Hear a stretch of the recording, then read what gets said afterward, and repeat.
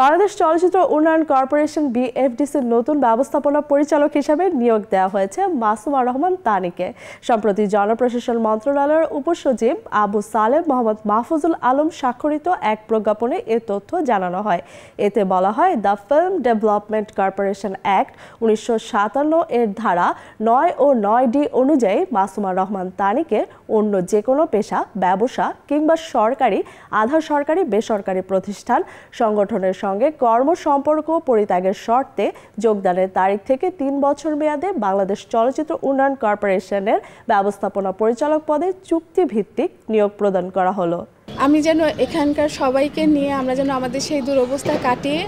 পুরনো যুগের গৌরবময় অধ্যায় আবার এই যুগের সাথে তাল মিলায় আনতে পারি। সবাই পাশে থাকবেন, সবাই দোয়া করবেন এবং যারা এতদিন অভিযোগ করেছেন আমাদের নিয়ে বাইরে যে এফডিসিতে এটা পাওয়া যায় না, এটা পাওয়া যায়, এফডিসি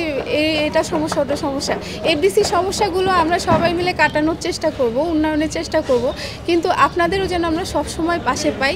আমাদের সেই মানুষগুলো হিসেবে যে যারা অভিযোগ নিয়ে আসতো তারা এখন আমাদের জন্য সেই সাহায্য এবং আমাদের যেই সেবাটা তারা বাইরে নেন তারাও যেন আমাদের এফডিসিতেই আসেন, এটাও আমার তাদের কাছে প্রথম দাবি থাকবে।